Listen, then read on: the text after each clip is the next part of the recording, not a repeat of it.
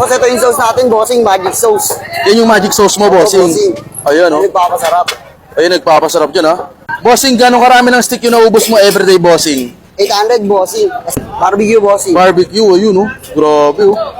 Alam nyo ba mga insan na 100 pesos lang to? Ganyan nga kamura at kasulit ang food tripan dito sa Quiapo, Manila. Natin yan.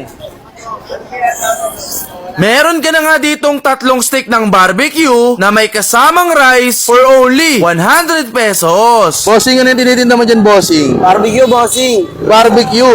Opo, bossing. Ano yan? Yan ba yung tinatawag na smokeless barbecue mo? Omsin, bossing, smokeless lang. Bakit ganun yung style ng barbecue mo dito, bossing? Sa kawali lang siya, bossing. Sa kawali nyo talaga na, ano? Iniyaw na po siya sa bahay, bossing. Pinunta na dito, ready to eat na po. Ah, ready to eat na. Para mabilis yung serving, no? Opo. Ayun, oh. Grabe, ang dami. Boss, ito yung sauce natin, bossing, magic sauce. Yan yung magic sauce mo, bossing. bossing. Ayan, oh. Nagpapasarap. Ayun, nagpapasarap dyan, ha. Ayun, oh. Bossing, gano'ng karami ng stick yung naubos mo everyday, bossing? 800, bossing. 800 stick. Opo. Grabe, napakadami, no? Magkano ba yan, bossing?